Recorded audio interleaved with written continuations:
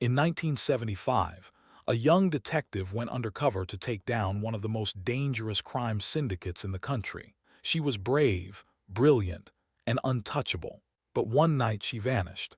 Her car was found on a quiet street, doors locked, purse, badge, and gun still inside, like she just stepped out and never came back. For years, detectives hunted for answers. Rumors spread. Was she kidnapped? Did she run? Or was someone inside her own department involved? The trail went cold. The case turned into legend. And then, almost 30 years later, a dusty storage unit was opened. Inside was a locked trunk. When police forced it open, what they found not only revealed her final hours, it exposed a betrayal darker than anyone ever imagined. This is the story of the detective who disappeared, and the shocking secret that was buried with her. Before we start, make sure to like this video, subscribe, and tell me in the comments, where are you watching from right now? The year is 1975. Crime in the city is climbing and police are under pressure to fight back.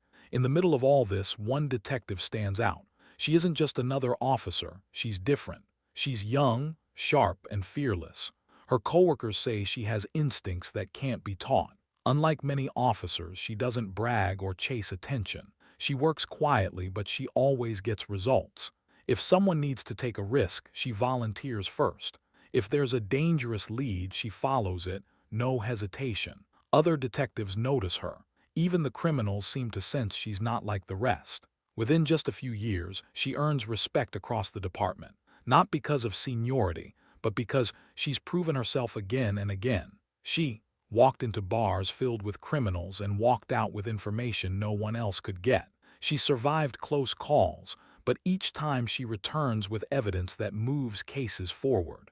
Her supervisors start to trust her with assignments that most detectives would avoid. She's not reckless, but she knows how to stay calm when things get tense. She can read people quickly, almost like she can see through their lies.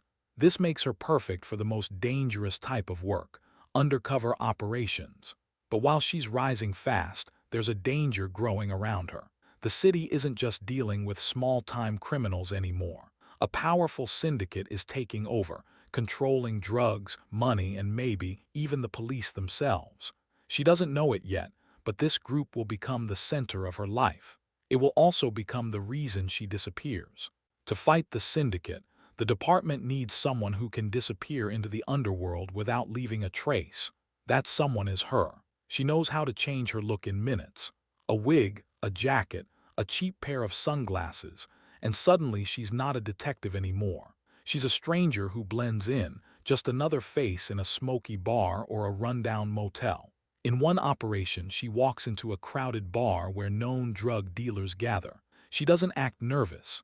She laughs, orders a drink, and within an hour she's part of their circle. They never suspect she's wearing a wire, recording every word. In another, she checks into a motel used by low-level criminals. She carries a fake ID, a new accent, and a made-up backstory. By morning, she knows who supplies them, where they meet, and who is climbing the ladder inside the syndicate. Each disguise is convincing because she studies people before becoming them. She watches how they move, how they talk, even how they smoke a cigarette. When she steps into character, she doesn't just look the part, she is the part. Other detectives say it's almost scary how easily she can switch. One day, she's a tired waitress. The next, she's a small-time hustler. She slips in and out of lives like she was born to do it. But every time she goes undercover, the danger increases. If anyone recognizes her, if anyone notices something off, it could mean her life. Still, she doesn't back down. She keeps going deeper. She keeps getting closer to the people running the syndicate. Her skills make her the department's secret weapon, but they also make her a target. Because while she's watching the criminals are starting to watch her too. One morning, her captain calls her into his office. The door shuts behind them. The tone is serious. He tells her the department has been tracking a powerful crime syndicate for years, but every time they get close, the case falls apart. Witnesses vanish, evidence disappears, and rumors are spreading that the syndicate has help from the inside. He slides a file across the desk. Inside are photos of men linked to drug trafficking, illegal gambling, and money laundering.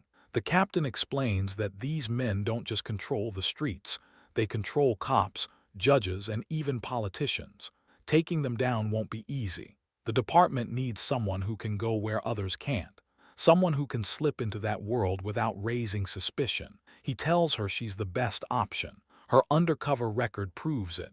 But he warns her, this mission is more dangerous than anything she's ever done. If the syndicate discovers her identity, she won't just be in danger, she'll disappear. She doesn't hesitate.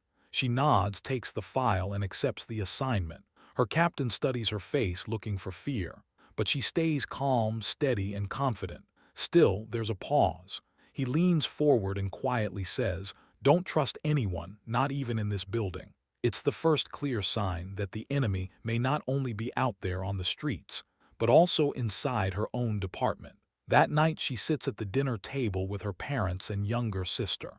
The house is warm, filled with laughter, but beneath the surface, there's tension. Her family knows she works dangerous cases, but they don't know the details. She likes it that way. Her mother asks if she's eating enough, if she's getting enough sleep. Her father reminds her to be careful out there. Her younger sister looks up to her, proud but also afraid. They've read the headlines about crime in the city. They know she's on the front lines. She smiles, reassuring them with half-truths. She tells them her work is mostly routine. She says she's careful, that nothing ever gets too risky. She hides the file she brought home, the one filled with mugshots of men who wouldn't hesitate to kill her. Her mother studies her closely, sensing there's more to the story. But the detective changes the subject, talking about small things, the weather, a neighbor's birthday, her sister's school. She doesn't want them to worry. Later in her room, she looks at the file again. The faces stare back at her. She knows if her family understood the truth, they'd beg her not to do it, but she's already committed. She's walking into a mission that could define her career or end her life. And for now, her family has no idea. Back at the precinct, the detective notices the way people look at her. Some of her fellow officers give her quick nods of respect. Others avoid eye contact. The air feels heavier than before. One afternoon, while she's reviewing the syndicate file at her desk, a veteran officer leans close and whispers, "Be careful, they've got eyes everywhere, even in here." She stops, staring at him. "What do you mean?" He doesn't answer directly. He just shrugs and walks away. But his message is clear. The syndicate's reach doesn't stop at the streets. It may stretch into the very building where she's supposed to feel safe. Later, two more officers make quiet comments. One warns her not to stay late at the station. Another suggests she check her car before driving home. Each warning adds to the unease. She realizes this isn't just paranoia. People inside the department truly believe someone is leaking information. She writes it down in her notebook, "Trust no one." Still, she can't back away from the mission. If anything, the whispers push her harder. If there really is a mole inside the precinct, finding the truth will be even more dangerous and even more important. In her apartment, the detective lays everything out on the table. A small collection of tools she's built over the years. Wigs, glasses, second-hand jackets, fake IDs. Each item is designed to change who she is at a moment's notice. She studies herself in the mirror. With one disguise, she looks like a struggling waitress. With another, she looks like a drifter who's been living out of motels. Every identity is carefully crafted, believable down to the smallest detail. Beside the disguises sits a small black notebook. This is where she keeps her thoughts, codes, and observations. It's simple, but it's her lifeline. If she needs to record something quickly, she writes it here. If she senses danger, she marks it down. The notebook is small enough to hide, but important enough to risk her life over. As she packs the items into a duffel bag, she takes a deep breath. Tomorrow, she will meet her first contact inside the syndicate. Everything she has learned, every skill she has built will be tested. She glances once more at the file from her captain. Faces stare back at her, men who rule the city through fear and violence. She zips the bag shut. Her descent into the underworld is about to begin. The night before her first deep cover mission, the city is quiet. She sits alone in her small apartment, the duffel bag of disguises and IDs packed by the door. On the table in front of her rests her badge. She picks it up, turning it slowly in her hand. The badge has always been her anchor. It represents why she started this journey, to protect people, to stand for something good. But tonight, it feels heavier than ever. She knows once she steps into the syndicate's world, that badge won't protect her. In fact, if anyone discovers it, it could get her killed. She sets it down and looks around her apartment. The walls are lined with case files, maps, and notes. But what catches her eye is a family photo on the shelf. Her parents, her younger sister, and her smiling in uniform. For a moment, she considers calling them just to hear their voices. But she doesn't. She doesn't want them to hear the worry in hers. The clock ticks past midnight. She sits quietly, listening to the silence, preparing herself. Tomorrow, she'll walk into a world where every move counts, every word matters, and every mistake could be her last. She takes one last look at her badge, then places it gently in the drawer.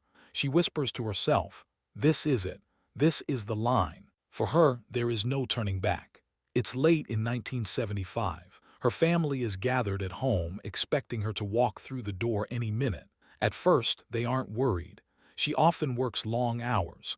Sometimes she comes home after midnight. But tonight feels different. The clock ticks past midnight. Then 1, then 2, still no call, still no knock on the door. Her mother sits by the phone, picking it up every few minutes to make sure it's working. Her father paces the living room. Her younger sister peers through the window, hopping to see headlights pulling into the driveway. By 3:00 a.m., the silence is unbearable. Her father finally calls the precinct.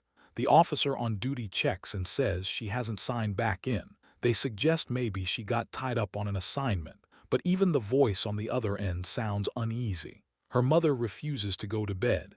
She insists on waiting up. Every sound outside, a car door, a dog barking, makes her jump. But the night passes with nothing. When the sun rises, her bed is still untouched. The family knows something is wrong. This isn't just a late night. This is something else. Something they can't explain. By morning, the department is notified. One of their best detectives has vanished. A search begins immediately. Officers spread out, retracing her usual routes. Within hours, they find something. On a quiet side street near the docks, her car is parked neatly against the curb. At first glance, it looks normal, almost too normal. The doors are locked. The windows are rolled up. No dents, no broken glass, no signs of a struggle. But when they look inside, the scene turns chilling. Her purse is still on the passenger seat. Inside is her wallet, her ID, and cash. Her police badge rests in plain view. Her gun is in its holster, untouched. It looks like she simply stepped out of the car and vanished. Detectives study the area. Neighbors say they didn't hear anything unusual that night. One man claims he saw her talking to someone in a dark coat, but he can't describe the face. Another says he thought she left with someone she seemed to know. The car is towed back to the precinct. Every inch is checked: fingerprints, fibers, tire marks. Nothing stands out. No blood, no damage, no evidence of a fight. It's like the car was placed there on purpose, as if to taunt the investigators. For the first time, the department realizes this case won't be easy. Their detective hasn't just gone missing. She's disappeared without leaving a single trace. As soon as her car is found, the search shifts into overdrive. Detectives flood the neighborhood, knocking on doors, waking up families, asking if anyone saw or heard something strange. Some neighbors step outside in their robes, confused and nervous. A few recall hearing a car engine late at night, but they can't remember details. Others say they saw nothing at all. It's frustrating, like the entire block turned blind at the exact moment she vanished. Officers walk up and down the street, flashlights sweeping through alleys and yards. They check dumpsters, stairwells, and back doors. Still, there's nothing. No footprints, no broken locks, no signs of a struggle.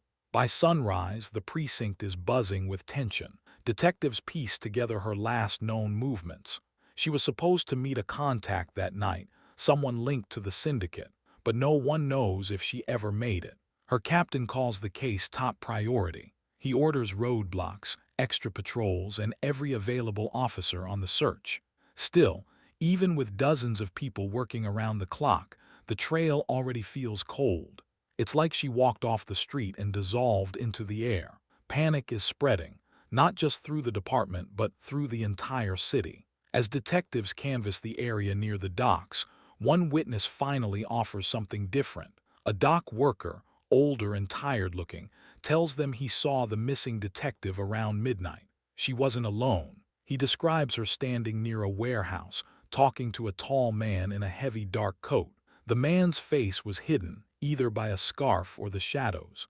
He didn't recognize him, but the way they spoke seemed personal, not hostile, almost as if she trusted him. Detectives press for details. Did he hear what they said? Did she leave with him? The worker shakes his head. He only saw them for a minute before he went back to his shift. When he looked again, both were gone. The detail shakes investigators. Who was this man? Was he her contact inside the syndicate? Or was he the last person to see her alive? Officers search the docks, warehouses, and nearby alleys, but the man is nowhere to be found. No name, no trace, just a shadow in a dark coat who may hold the key to the entire case. For detectives, one thing is certain: her disappearance was no random event. Someone planned it, and that someone might be closer than anyone realizes. Just when detectives think the trail is going cold, another witness steps forward. This time it's a woman who lives a few blocks from the side street where the detective's car was found. She says that around midnight she looked out her window after hearing voices. On the corner she spotted the missing detective. She wasn't alone. According to the witness, a car had pulled up beside her. The detective opened the door and slid inside without hesitation. The detail that chills investigators. She didn't look scared. She looked calm, almost relieved, as if she recognized the driver. The witness couldn't see the driver's face clearly, only the shape of a man behind the wheel. But the moment suggests something shocking. The detective may have willingly left with someone she trusted. Detectives replay this over and over. If true, it means the person who took her wasn't a stranger. It was someone she knew, maybe even someone from inside the department. The idea of betrayal spreads quickly. Was this an ambush? A setup? Did she walk right into the hands of the very people she had been hunting? The more investigators think about it, the darker the picture becomes. Detectives push hard on the new leads. They canvass the streets again, asking if anyone else saw the car.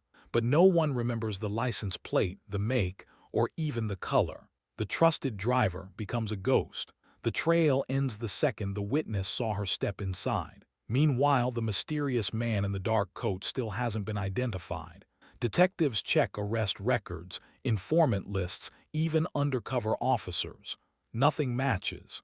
It's as if he never existed. Every promising clue collapses. Days turn into weeks. Each morning, investigators gather around maps and files, only to leave with empty hands. The case begins to stall. Newspapers run headlines about the vanishing detective. The public grows restless, demanding answers, but the department has none. Inside the precinct, silence spreads. Officers whisper about betrayal, corruption, and secret deals. The idea that one of their own may be involved gnaws at morale, but no one dares say it out loud.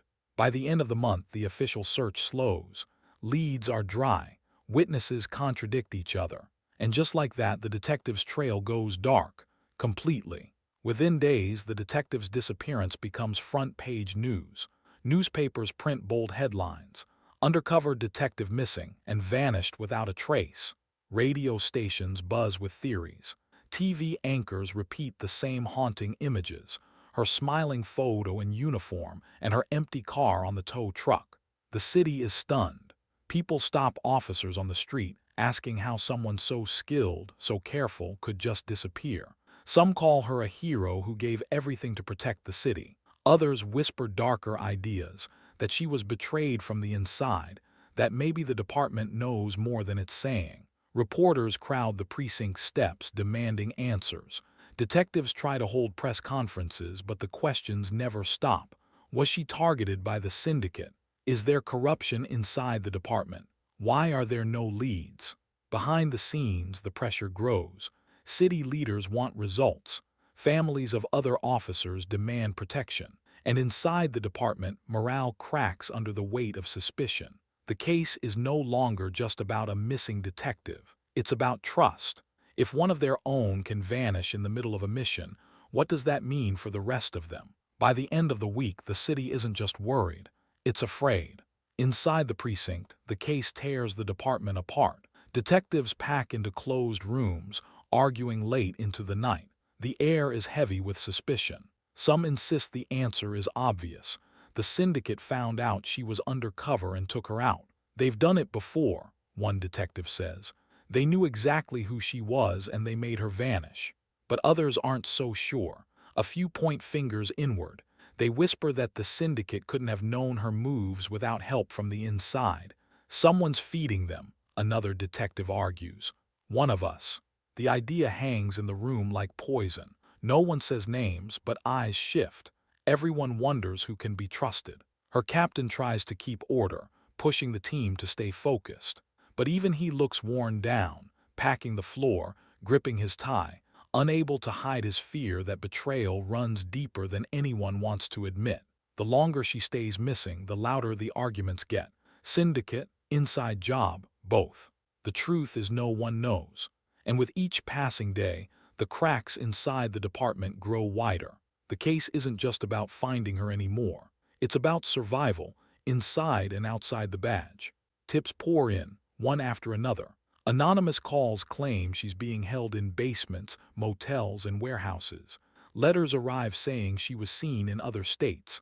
A man swears he spotted her on a bus heading south. Each time, detectives rush to chase it down. They kick in doors, search rooms, interview witnesses. But every lead ends the same. Nothing. Empty spaces, wrong people, false alarms. Files stack higher on the captain's desk, each folder filled with hours of wasted manpower and false hope. Officers grow restless, their energy draining. It's like chasing smoke, one mutters. The press doesn't let up. Reporters ask why nothing has been found, why so much effort has produced zero results. The city starts to lose faith. Inside her family's home, the pain cuts deeper. Every time the phone rings, they hope it's her. Every knock at the door feels like it could be news.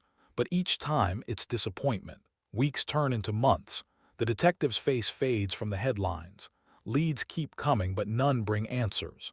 The search that once shook the city now feels like it's collapsing under its own weight. The case is slowly slipping into silence. As weeks stretch into months, whispers begin to ripple through the precinct. Detectives talk in hushed tones, careful not to be overheard. The question everyone is too afraid to ask out loud begins to take shape. What if the killers wear the same badge we do? It's a chilling thought. Could one of their own have sold her out? Could a fellow officer have been sitting in those meetings, taking notes, only to pass everything straight to the syndicate? The rumors spread fast. Every unexplained phone call, every late arrival, every officer with money problems suddenly looks suspicious. Trust, the one thing they all relied on, starts to crumble. The captain tries to shut it down, telling the squad to stop pointing fingers. But it's too late. The seed of doubt has been planted. Morale sinks. Partners who once trusted each other with their lives now second-guess every move. Some start working alone, afraid of being betrayed. Others quietly talk about quitting the force altogether. And through it all, one fact remains. The detective is still gone. The longer the case drags on, the more it feels like the real enemy isn't just outside on the streets. It might be inside the very walls of the precinct. By the end of the first year, the case has drained nearly everyone. Detectives who started with fire in their eyes now walk with their heads down. The evidence boxes are pushed into storage. Thick files filled with interviews, maps, and photos collect dust on the shelves. Leads that once felt urgent are now forgotten, buried under new cases. The city has moved on. Headlines focus on other crimes. The detective's name appears less and less in the papers. On TV, her smiling photo is no longer flashed across the screen. Inside the department, officers are reassigned. Some are told to stop wasting time. Others quietly admit they're relieved to move on from a case that seems unsolvable. Her family refuses to let go. They call, they beg, they write letters demanding progress. But the responses are always the same. We're doing everything we can. Behind closed doors, everyone knows the truth. The case has turned cold. The trail that once burned hot is now nothing but silence. And for the city, it feels like the detective has truly disappeared into thin air. While the police files gather dust, her family refuses to let her memory fade. Every year, on the date she vanished, her parents and younger sister hold candlelight vigils outside the precinct. Dozens of neighbors and old friends gather, holding signs with her picture. Her mother steps up to the microphone, her voice trembling, begging anyone with information to come forward. "Please, don't let her be forgotten," she says, her words carried by reporters' cameras. Her father, quiet but steady, stands with a framed photo of his daughter in uniform. Her sister hands out flyers, even years later, as if one might finally reach the right set of eyes. They push the media to cover the story year after year. And though the crowds shrink over time, the family's determination never does. To them, she is not just a missing detective. She is their daughter, their sister, their hero. They refuse to accept silence as the final word. Even as detectives stop showing up, even as the city grows tired of the story, her family keeps the candles burning. It is their way of saying, "We will not let you vanish." Not completely. As the years drag on, theories about her disappearance start to spread everywhere. Without answers, the public fills the silence with stories. Some believe she was kidnapped, locked away somewhere, maybe even still alive. These whispers give her family hope, though deep down they know the odds are slim. Others think she chose to run away. They say the pressure of undercover life was too much, that maybe she started a new life under a different name. Then there are darker voices. Some claim she was working both sides, that she wasn't just infiltrating the syndicate but secretly helping them too. They point to her sudden disappearance as proof she double-crossed someone and paid the price. None of these theories are based on facts, but they spread like wildfire. Every rumor twists her story into something new, making it harder to see the truth. Her family listens in pain, knowing how unfair it is. She devoted her life to serving the city, and now, even in her absence, her name is being dragged through the mud. With no body, no witnesses, and no answers, the story becomes less about evidence and more about shadows. And the longer it drags on, the harder it feels to know what's real. By the late 1980s, more than a decade has passed. Detectives who once worked the case have retired or transferred. New recruits hear her name whispered in hallways, not as an active case, but as a cautionary tale. In the city, her story lingers like a ghost. Cab drivers tell passengers about the undercover cop who vanished. Dock workers say they remember seeing her on the night she disappeared. Kids grow up hearing about the detective who went missing and was never found. Even inside the department, officers finally admit what they've feared for years. It's like she just disappeared into thin air. There's no trail, no closure, just emptiness. Her family keeps holding vigils, but the crowds are smaller now. News outlets barely cover them anymore. Her father still keeps a box of her belongings by the door, as if one day she might walk in. The case is no longer an investigation. It's become a haunting legend, the kind of story told in low voices over coffee or beers. An undercover detective, swallowed by the city she tried to protect. No body, no answers, no peace. Only silence. It's now the mid-1980s. 10 years have passed since the detective vanished. The case is considered cold, almost forgotten by the public. But inside a police interrogation room, a new voice shakes everything up. A man, arrested during a mob sweep, leans forward and says something no one expects. "I saw her, the missing detective. She was alive." The room goes silent. Detectives stare at him, waiting for more.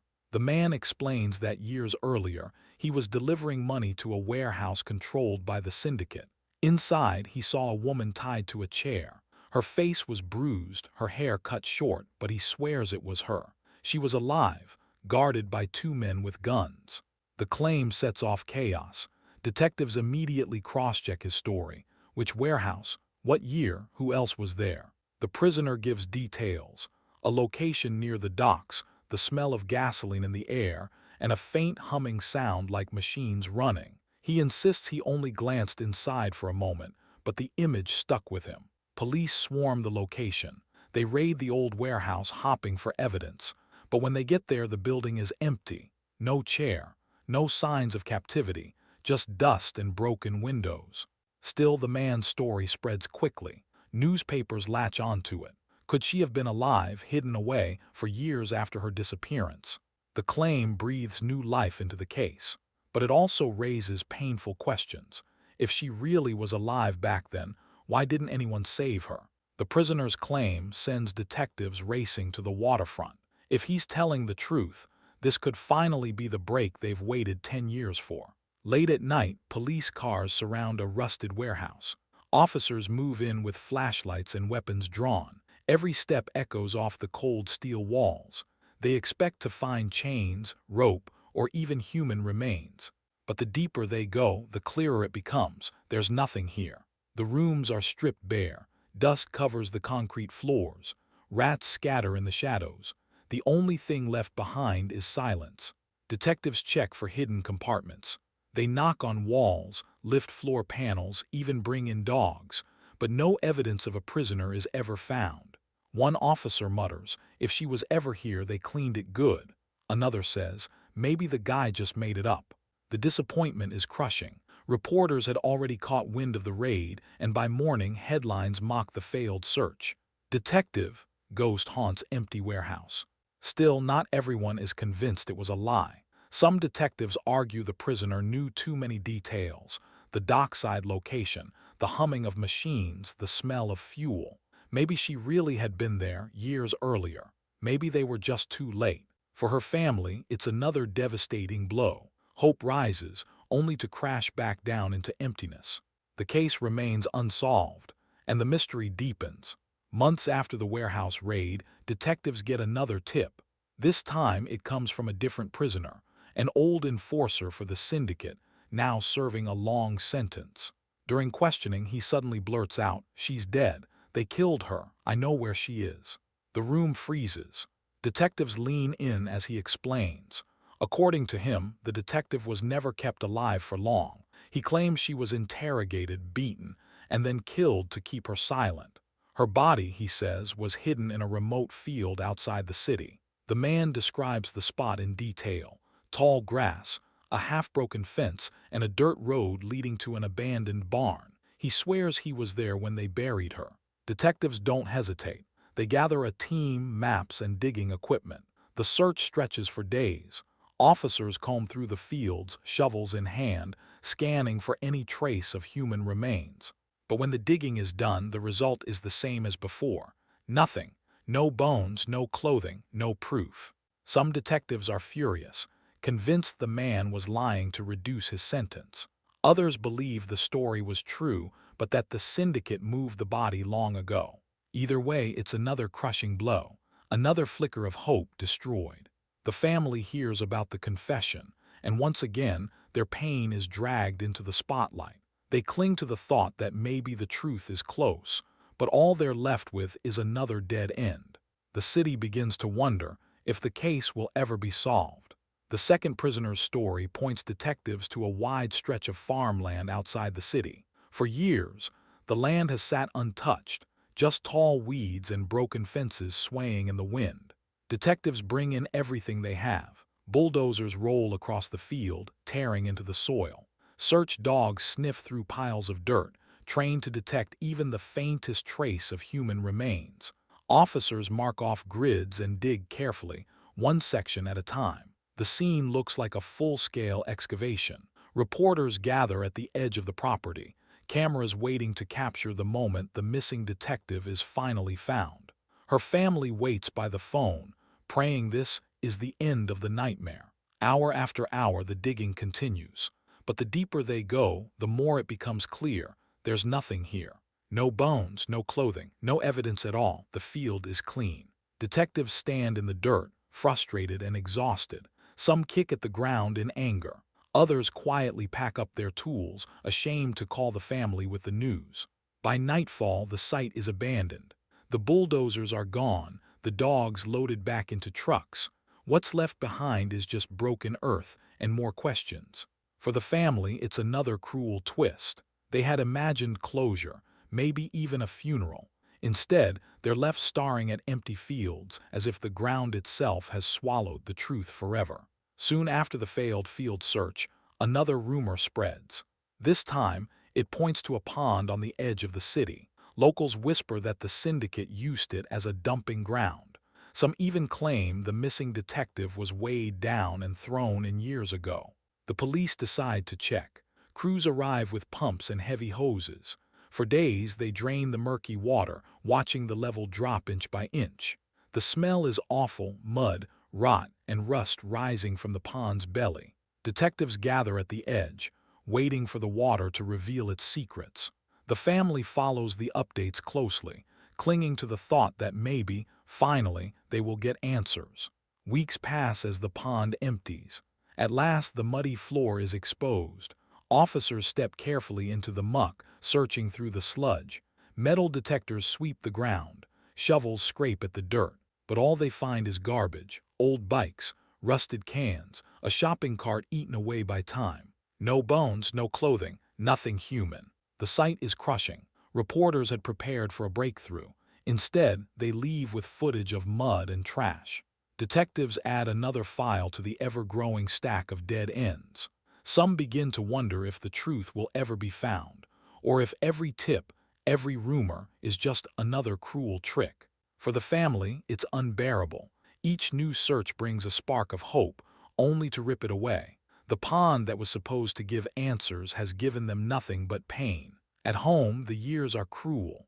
Her mother, once strong and hopeful, grows frail. Each failed search takes more out of her. She whispers late at night that she knows she'll never see her daughter again. Her father refuses to hear it. He tells her, "She's out there, she's coming home." He keeps his daughter's belongings in a box by the door: her jacket, a framed photo, even a wrapped birthday gift she never opened. The younger sister watches the house grow quieter. Birthdays are no longer celebrations. Holidays pass with empty chairs. The family's life becomes a waiting game, centered on a knock at the door that never comes. Detectives visit less and less. Phone calls become rare. The family realizes they are fighting this battle mostly alone. Still, the father won't stop. Every new rumor, every false lead he follows. He writes down names, places, dates, hoping one note will be the key. But deep down, the family knows time is slipping away. The mother's health is fading fast, and with it, the chance that she will ever live to see the truth. Then the moment they feared arrives. The mother's body gives out. She dies quietly, still not knowing what happened to her daughter. At the funeral, grief fills the air. But there is also anger. Neighbors whisper about corruption, about silence, about betrayal. The case has become more than a tragedy, it feels cursed. The father stands by the casket, clutching the same box he always kept by the door. Inside are the belongings he saved for nearly 3 decades. He refuses to bury them. He refuses to believe the story is over. Reporters cover the funeral, snapping pictures of a broken family. One headline reads, "Detective, Mother Dies Still Waiting." The city mourns, but also shakes its head at the unsolved case that continues to haunt them. After the burial, the father makes a vow. He tells his surviving daughter, "As long as I'm alive, I'll keep waiting for her." The case files may be buried in storage rooms. Detectives may have moved on, but for him, the fight isn't finished. It is a promise born of love and a refusal to let the silence win. It's 2003, almost 3 decades since the detective vanished. Most people have stopped asking questions. The case is buried in dust. On the edge of the city, a storage facility holds an auction. Unpaid units are being sold off, one by one. These events usually draw small crowds: bargain hunters, junk resellers, and curious locals. Nobody expects much. One bidder, a middle-aged man looking for furniture, raises his hand on a forgotten locker. The unit is dusty, untouched for years. The lock is snapped off and the crowd leans forward to peek inside. At first glance, it's junk. Old boxes, broken chairs, and piles of yellowed newspapers. Nothing worth much. But the man shrugs and takes it, thinking maybe he can resell a few items. As workers start pulling things out, the smell hits them. It's faint at first, but strange. Sharp. Old. Something that doesn't belong in a storage unit. People joke about it, but the air grows heavy. Then, buried behind stacks of boxes, they see it. A large trunk, metal edges, wood panels, and thick dust covering the surface. It looks old, and for some reason it feels wrong. Nobody yet knows that inside this trunk waits the answer to a 28-year-old mystery. The workers try to lift the trunk, but it barely moves. It's far heavier than it should be. Two men strain to drag it into the light. The crowd watches with curiosity, whispering. The new owner bends down, brushing his hand across the lid. The lock is still in place, old, rusted, but solid. As they shift it, a sour odor seeps through the seams. It's not just musty air, it's foul. The workers gag. The smell grows stronger. Something inside has been trapped for years. The bidder frowns. He didn't sign up for this. He tells the facility manager that the trunk isn't normal. People step back, covering their noses. Someone suggests calling the police. At first, the idea sounds dramatic, but the smell leaves no doubt. This isn't junk. This is something worse. When the police arrive, they circle the trunk like it's a bomb. Cameras are turned on. Gloves and masks go up. The lock is cut. The lid creaks open. Inside, wrapped carefully in layers of cloth, lie human remains. The detectives freeze. For nearly 30 years, she was missing, and now, in a forgotten storage unit, she has finally been found. The new owner kneels in front of the trunk, curious. He pulls at the lock, trying to pry it loose. The metal groans but doesn't break. He grabs a screwdriver, forcing it into the seam. Then it hits him. A wave of air escapes, carrying a smell so rotten it twists his stomach. He stumbles back, gagging, his face pale. The crowd instantly reacts. People cover their mouths, stepping away. The odor is thick, sour, and unmistakable. It isn't mold, it isn't mildew, it's death. The man drops the screwdriver, shaking his head. He can't go further. Whatever is inside that trunk, he doesn't want to be the one to see it. The storage manager tries to calm everyone down, but the smell is too strong now, filling the unit. The jokes and whispers stop. Everyone knows this is not normal. The manager makes the call. Within minutes, police cars roll into the lot. Lights flash against the row of lockers. Officers approach the trunk carefully, their expressions tight. They've smelled this before. The crowd is pushed back. Tape goes up. This forgotten auction has suddenly turned into a crime scene. Detectives circle the trunk, gloves on, masks pulled tight. They study the old lock, then cut through it with heavy clippers. The room falls silent. Everyone watches. With a groan, the lid creaks open. A stronger wave of odor spills out, forcing even seasoned officers to step back. Flashlights sweep the inside. At first, all they see are layers of fabric, old blankets, sheets, and plastic wrap stacked carefully, one on top of another. The lead detective reaches in, pulling the fabric back layer by layer. The silence deepens. Each fold feels like peeling away time itself. Then beneath the final layer, something appears, pale, fragile, and unmistakable. Bones. The detective freezes. Others lean in, their faces grim. Human remains lie pressed into the bottom of the trunk, wrapped with care but hidden with purpose. The truth is out. After nearly 3 decades, the missing detective has been found. The officers kneel by the trunk, staring in silence. Inside, bones lie carefully wrapped in faded sheets. They're not scattered. They're arranged, pressed tightly into the bottom as if someone wanted them hidden forever. Beside the remains sits a broken badge. The metal is cracked, the number still faintly visible. Every officer recognizes it. It belonged to her, the missing detective from 1975. There are more items. Pieces of clothing worn thin with age. A pair of shoes, the leather stiff and crumbling. A purse, its strap torn, its contents long gone. Each item feels like a frozen piece of time. Not random, but personal. These were hers. The lead detective's voice is heavy as he confirms it.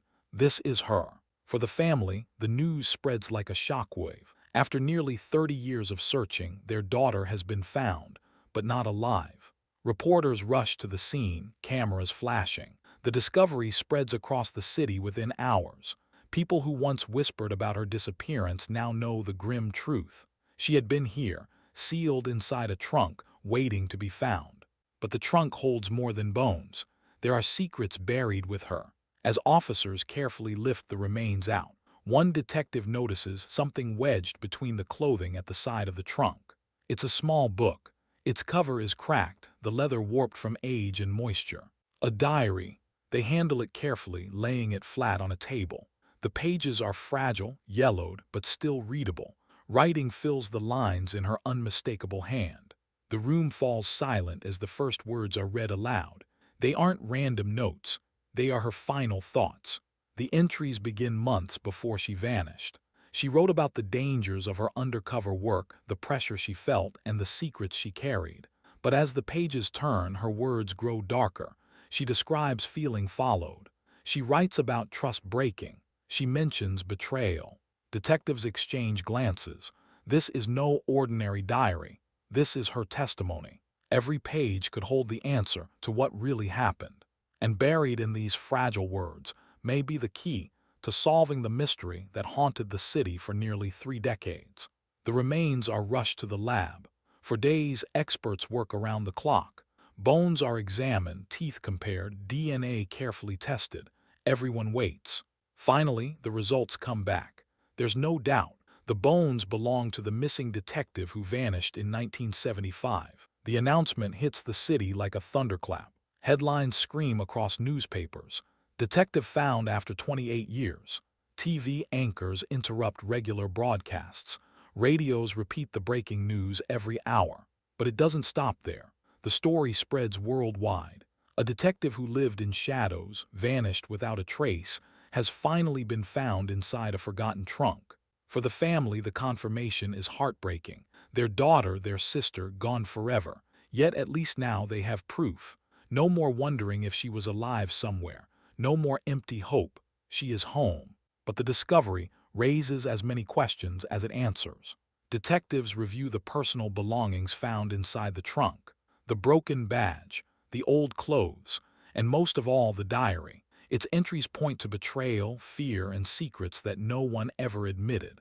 The public wants answers. How did her remains end up here?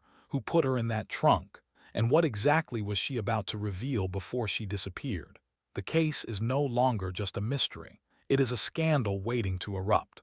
Because hidden in her own words, in the fragile pages of that diary, lies a truth darker than anyone expected. In a quiet evidence room, investigators gather around the diary. It's fragile, the paper yellowed from time, the ink faint but still readable. They put on gloves and gently turn the first page. Her handwriting is neat, careful. The opening entries are about routine surveillance, simple notes about meetings and locations. But as they read further, her words change. The tone shifts from calm to tense. She writes about being followed, about cars that seemed to trail her home, about voices she thought she heard outside her apartment door. She describes waking up in the night, convinced someone was watching her. The more they read, the more personal her words become. She confesses fear but also determination. She believes her mission is close to exposing something big. She promises herself she won't stop, even if it's dangerous. Every sentence feels like a time machine, pulling the room back to 1975. Her voice is alive again, echoing across decades. Investigators can almost picture her, sitting at a table late at night, pen in hand, trying to unload her fears onto the page. And then, the diary begins hinting at something darker. As the pages continue, a shocking detail appears. Her fear wasn't just about the criminals she was tracking. It was about the people standing beside her. She writes about conversations that felt off, colleagues who seemed to know things she hadn't shared. She describes going to a location in secret, only to find others already there, as if someone had tipped them off. The words are clear. They know where I am before I move. She doesn't name anyone directly, but the unease grows in every entry. She starts referring to a shadow inside the badge, a phrase investigators believe points to a traitor within her own police unit. Her fear becomes more urgent. She writes that she can't trust everyone in the department, that she has to watch what she says, even in the squad room. For investigators reading this nearly 3 decades later, the impact is chilling. If she was right, her disappearance wasn't only the work of a crime syndicate.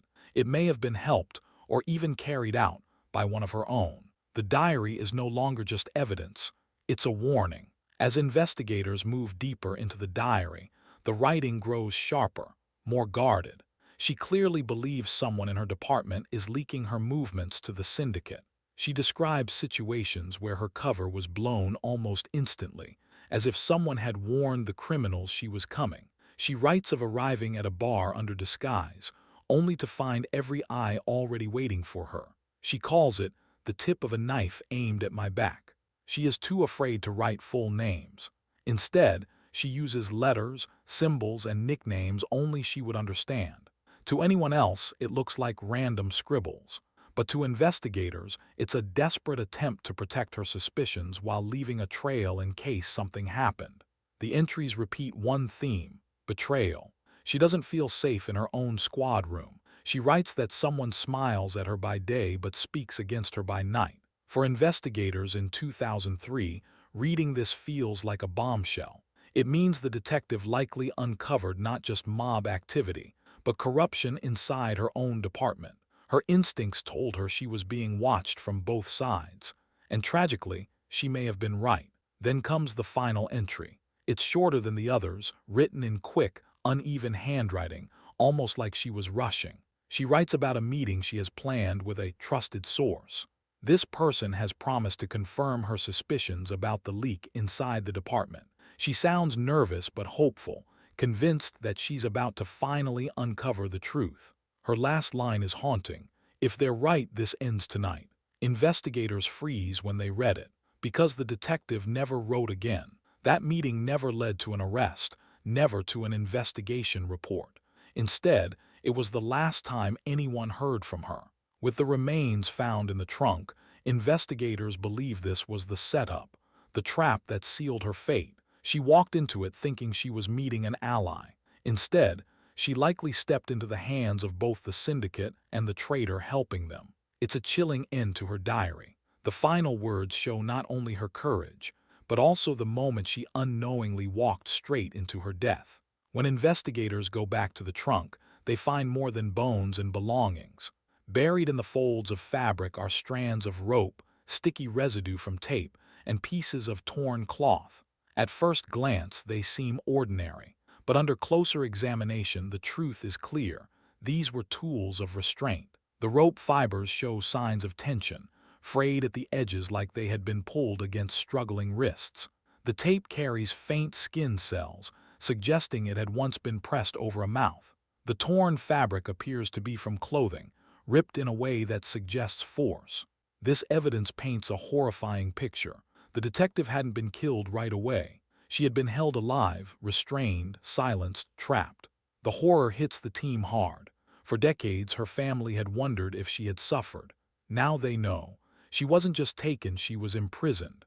The thought of her final days, tied down, unable to escape, is almost too much to process. The items confirm what the diary hinted at. She was betrayed, captured, and kept hidden. The case is no longer a mystery about her vanishing. It's proof of something darker. She lived long enough to know she had been trapped. Forensic experts work through every detail of the remains. They confirm the detective wasn't killed in a shootout or on the streets. She was murdered in captivity. The bones reveal signs of restraint for a long period, damage around the wrists and ankles where the rope dug deep. There are fractures that suggest she may have been struck. No gunshot wounds, no stabbing. Instead, the cause of death points to suffocation or strangulation, a silent killing meant to leave no noise, no trace. The way her body was wrapped shows precision. Whoever did this took time to seal her away, layer after layer, as if trying to erase her existence. Placing her in a trunk wasn't random, it was deliberate. They wanted her to vanish, not just from the city but from history. The realization chills everyone involved.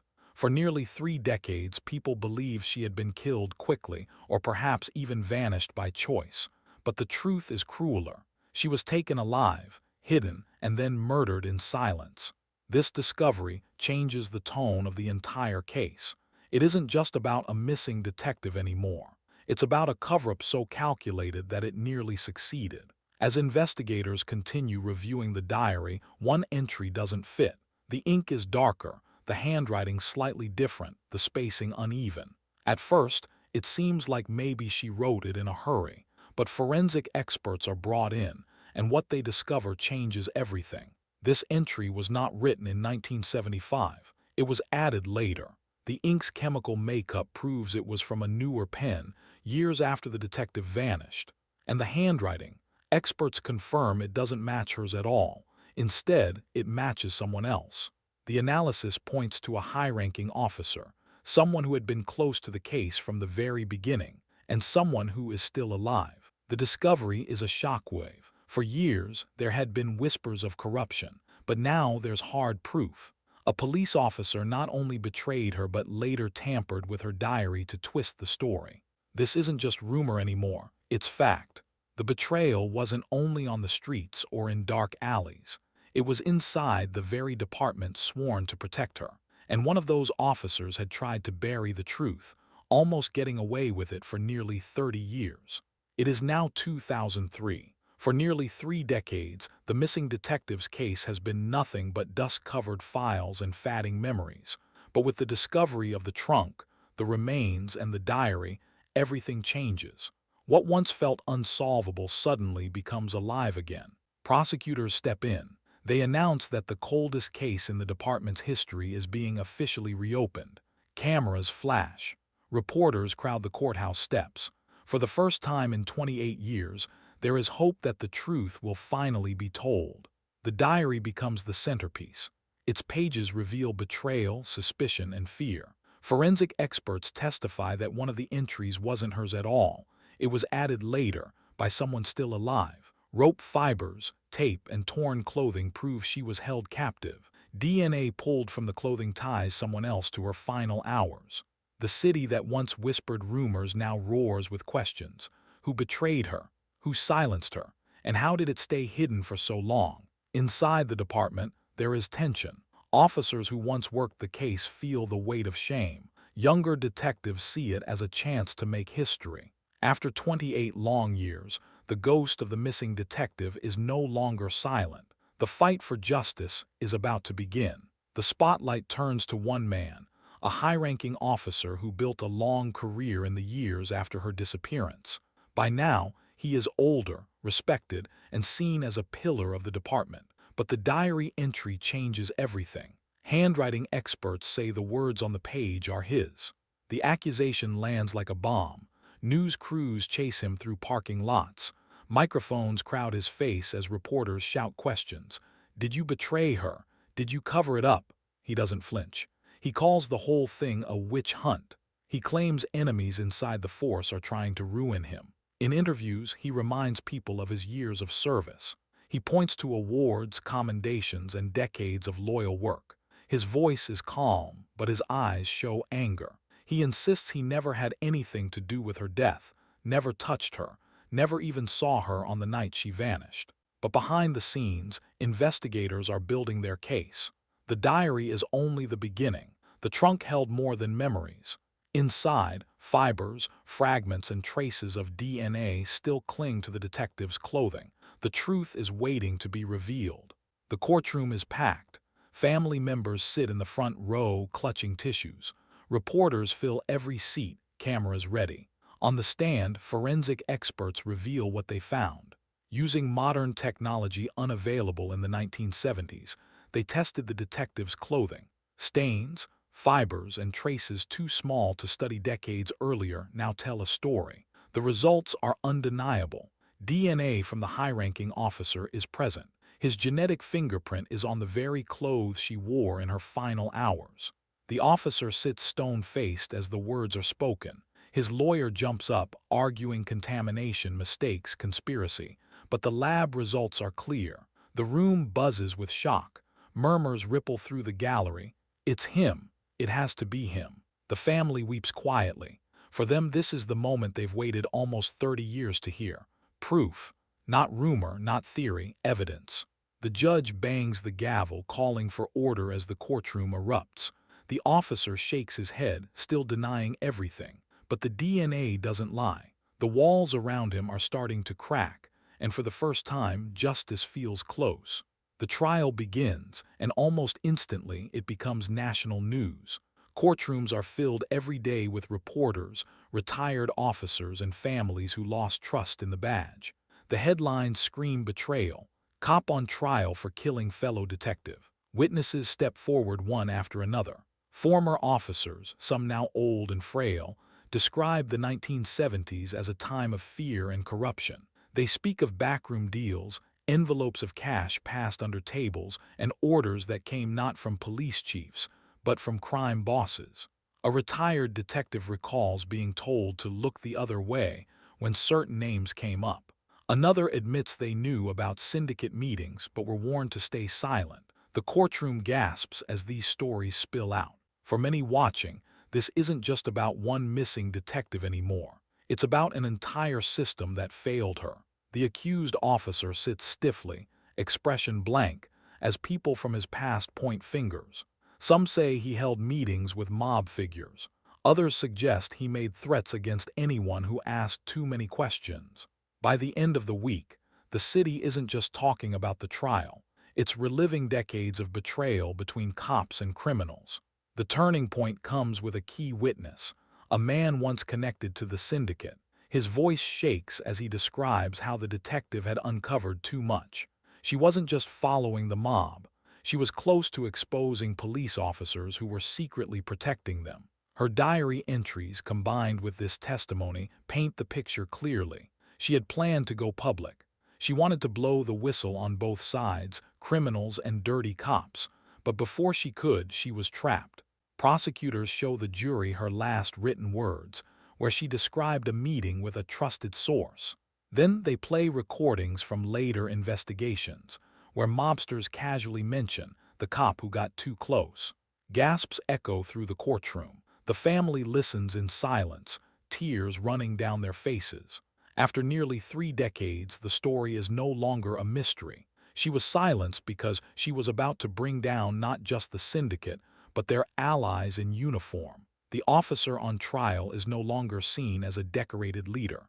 To the jury, he is the man who helped bury the truth. The walls of secrecy are gone. The truth is finally out. On the day of closing arguments, the courtroom is packed. Every seat is taken. Cameras line the back wall, and in the front row sits the detective's surviving family. Her father, now gray and bent with age, and her younger sister, who has carried this wound most of her life. For years, they lit candles, held vigils, begged for answers. Now they finally hear them spoken aloud. Prosecutors describe, step by step, how she was lured into a trap, restrained, and silenced to protect both criminals and corrupt officers. The words cut like knives, even after all this time. The sister holds her father's hand as tears stream down her face. She whispers, "She didn't die for nothing." Her father, voice trembling, mutters, "She was right all along." Across the room, jurors shift uncomfortably as the story of betrayal unfolds in full. This isn't just a trial. It feels like a reckoning. When the prosecutor finishes, the family stares at the accused officer. For decades, they wondered if she ran, if she betrayed them, if she simply vanished. Now the doubt is gone. The truth, as painful as it is, finally has a voice. For them, this moment is justice. The jury files back into the courtroom. The room goes silent. The foreman rises, holding the slip of paper that will decide everything. Guilty. The word echoes through the chamber.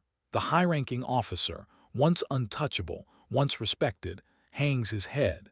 He has been convicted for the murder of the detective who vanished nearly 3 decades earlier. Gasps ripple through the crowd, followed by the sound of quiet sobs from the front row. Her father grips his cane tightly, tears streaming down his face. Her sister buries her head in her hands, whispering a prayer of thanks. For 28 years they lived in the dark, not knowing. Now, finally, the truth is spoken, and the man responsible is held accountable. Reporters rush to deliver the verdict to the world. Headlines light up. Justice after 28 years. The city that once whispered rumors now honors her name. She is no longer a ghost. She is no longer just a missing person. She is a detective who gave everything to expose corruption. The judge acknowledges her bravery, stating on record that her sacrifice will never be forgotten. Justice has finally come. The case closes, but its shadow lingers. People across the nation talk about it. True crime shows, newspapers, even classrooms tell the story of the young detective who risked everything. But one lesson echoes louder than all the others. The danger she faced wasn't only from the criminals on the streets, it was from within, the very system she trusted. The badge meant to protect her became the tool that betrayed her. Her story becomes a warning for every officer who follows. Trust, once broken, can destroy not just careers but lives. And silence, when corruption spreads, can be deadly. For the city, the verdict offers closure. But for the family, the loss never heals. They bury her with full honors, the flag draped across her casket. Bagpipes play as fellow officers salute. Tears flow freely, even from hardened detectives who once whispered that she had just disappeared. Now everyone knows she didn't run, she didn't break. She stood tall until the end. Her name becomes a symbol, and her story carries a final warning. Sometimes the deadliest enemy doesn't lurk in the shadows. Sometimes it wears a badge.